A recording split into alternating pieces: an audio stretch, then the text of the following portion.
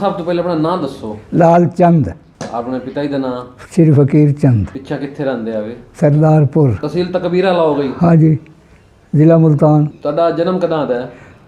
33 का सितंबर 1933। हाँ, 8वीं पास करके कबीरल गयो हम दाखिल होया हम कबीरल वरनैकरल मिडल स्कूल फाइनल अपना सरदारपुर। ਅੱਛਾ ਅੱਛਾ। ਤੁਹਾਡੇ ਹਾਣੀ ਜਿਹੜੇ ਹਨ ਹਾਂ। ਉਹ ਸਰਦਾਰਪੁਰ ਦੇ ਹਨ ਆਲੇ ਦੁਆਲੇ ਦੇ ਹਨ? सरदारपुर दे आले दुआले दे मोहम्मदपुर चानने दी बस्ती चौकी मूहा सुडियाला ਚਾਨਣ ਦੀ ਬਸਤੀ ਕਿਹੜੀ?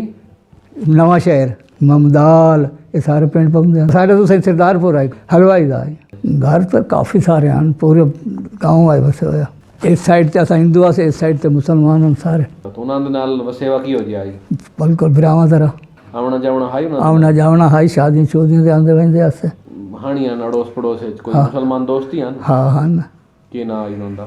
एक तो हाशिम आई ਉਹਦਾ ਪਿਓ ਦਰਖਾਣਾ ਦਾ ਕੰਮ ਕਰਦਾ ਹੈ ਖਾਤੀਆਂ ਦਾ ਹਾਸ਼ਿਮ ਗੁਲਾਮ ਮੁਹੰਮਦ ਆਈ ਉਹਦਾ ਪਿਓ ਨਾਈਆਂ ਦਾ ਕੰਮ ਕਰਦਾ ਹੈ ਸਰਦਾਰਪੁਰ ਦਾ ਤੇ ਨਾਲ ਸਾਡੇ ਪਿੰਡ ਹੈ ਚੌਕੀ ਮੂੰਹ ਜਿੱਥੇ ਹਰਾਜ ਸਿਆਲ ਰਹਿੰਦੇ ਹਨ ਨਾ ਉੱਥੇ ਦੇ ਰਾਜਾਂ ਦੇ ਛੋਰ ਮੇਰੇ ਦੋਸਤਾਂ ਇੱਕ ਦਾ ਨਾਂ ਹੈ ਇਕਬਾਲ ਇੱਕ ਦਾ ਅਹਿਮਦ ਮੁਹੰਮਦ ਇੱਕ ਦਾ ਮੁਹੰਮਦ ਅਹਿਮਦ ਤੇਰਾ ਭਰਾ ਹਨ ਇਹ ਤੁਹਾਡੇ ਨਾਲ ਖੇਡਦੇ ਹਨ? ਉੱਥੇ 8ਵੀਂ ਤੱਕ ਰੱਲੇ ਪੜ੍ਹਿਆ ਸੀ ਸਕੂਲ ਵਿੱਚ ਰੱਲੇ ਪੜ੍ਹੇ? ਹਾਂ। ਸਕੂਲ ਵਿੱਚ ਜਿਹੜੇ ਮਾਸਟਰ ਹੁੰਦੇ ਹਨ ਉਹਨਾਂ ਦਾ ਕੀ ਨਾਮ ਆਈ?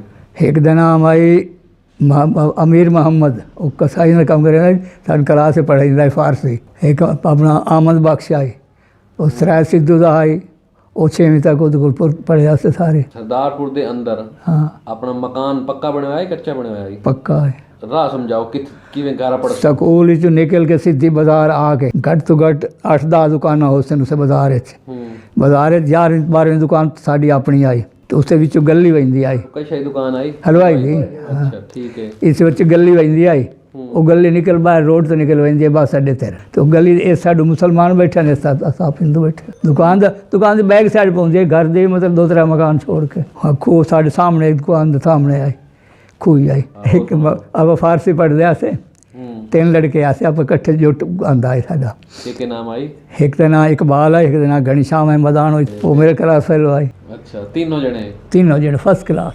कबीर वाले आए उत्थे मास्टर हाई मंजूर हुसैन उसका नक्शा बना के भी कर दिता है ये पाकिस्तान बनता पे ने कबीर वाले पढ़ते से जो बंटवारा होया है ना उस अगस्त से नक्शा भी खा दिता है। पड़ोस वाले जो मुसलमान उन्होंने थोड़ी हिमायत की थी? फिर हिमायत क्यों जी सियाल हराज हैं सरदार वली मोहम्मद उसने जिले अड़ोस पड़ोस शिकार होंगे वेखे ना सानू उठा के अपने पिंड बहाया सी चौकी मूँह उन्होंने दहल आई दहलदार जिथे बैठा है ना दहलदार एक बने हुए आए तो सरदार वली मोहम्मद विधान सभा का मैंबर है लाहौर सरदार वली मोहम्मद उस अपने उन्हें उत्थे बिठाया साड़ी बड़ी हिफाजत की हफ्ता बैठे रहा तो उन्होंने डेरे से सारा शहर बड़ी सेवा की पैर से खलोते रह वेंदे हैं जिले उन्हें आखिर बड़ी कोशिश की भाई मतलब तबादला ना होवे जिले उन्हें इट्ठा भी तबादला नहीं रुकता उसके नाल उत्थों 2 सिपाही 4 आदमी अपने बस भरे सन खानेवाल पहुँचा दें उत्थों रेलवे तो बस एक सरदारपुर ही होया शहर ही होया गांव में डेरा बने हुंदा जी? हाँ मतलब अपनी बखरी जात। हाँ हाँ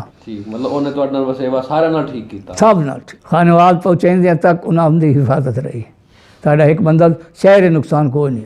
वली मोहम्मद नाम दस्या उन्हां दे कोई बालां दे नाम पता है? हाँ उन्हां दे इन्हां दे तुहानूं दस्सदा एक दिन इकबाल मोहम्मद आई एक मोहम्मद अहमद आई एक आमद मोहम्मद आई मतलब वो गांव दे मुसलमानां ने तुहाडी हिमायत कीती उन्हां ने? बड़ी कीती वो पढ़ावन वाले हुए वो तो याद आंदे ताई हिमायत कीती तो हुण ते याद रखी होदे याद रखी होदे जे कोई भला करे भला बुलाई बुलदी है। खानेवाल रहा से हफ्ता जे सरदारपुर सन अपना हराजा बचाया है ना सारे खानेवाल की हिफाजत उसकी हैबत खान डे। हाँ वो चक्कर में रहा सारी रात कितने कहें मुसलमान कोई नुकसान ना करे हिंदुओं का बिल्कुल खानेवाल हैबत खान सराज न होंगे ना तो सारे मुल्तान जो एक बंदे वापस कोई नहीं आता इन्हें 2 जने बचाए सारे ज़िले मुल्तान। खाने वाले चले आए 2 गड्डियां भरी हुई बाल गड्डियां इन तोड़ी तरह भरी हुई हाँ मुड़ सवेरे आप अटारिया रुके वे दरिया सारे अपना ब्यास तक दरिया वेख्या इं खून का चलता पाया पानी नजर ही ना आई आता इतना मार काट होंगे पे लेकिन अस अपनी अखी नहीं वेखी मार उतों मालूम जिला मुल्तान ना जिला जींद मंजूर होया मजदूरी की जिमें कोई कहन काम मिले कर करा साल उससे गुजारिया तो जिला मुल्तान मंजूर होया है हिसार उत्थों कोई पुराने जेडे बंदे उन्होंने नाल कोई बाद रास्ता चिट्ठी आई गई?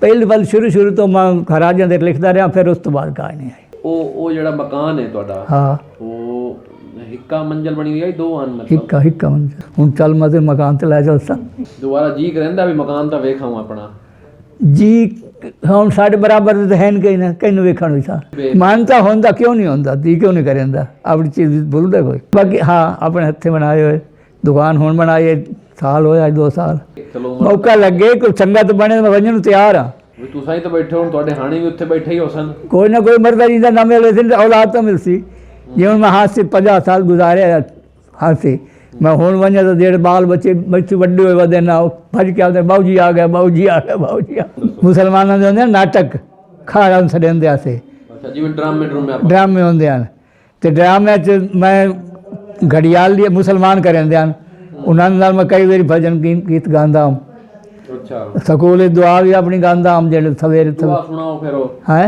ਸੁਣਾਓ ਸਕੂਲ ਦੇ अजब तेरी कुदरत या परवरदिगारा तू सबसे बरतर तू सबसे न्यारा अजब तेरी कुदरत या परवरदिगारा ਅੱਛਾ मुसलमान कहते हैं मंदिर लगाने होंगे ਤੇ ਡਰਾਮੇ 'ਚ ਕੀ ਰੋਲ ਕਰਿੰਦੇ ਆਵੇ ड्रामे रोल कोई ना करेंदा मतलब उन्होंने नाल बांधाम ते सारे ड्रामे गजल याद हैं माड़ा मोटा ਅੱਛਾ पूरन भगत का ड्रामा खेडते हैं ना रखे ना रोशन समीर फाइनल की किताब 8वीं की 8ਵੀਂ ਦੀ ਕਿਤਾਬ ਹੈ हाँ ਹਾਂ जी अपना पढ़ते मुरक्का का हिस्सा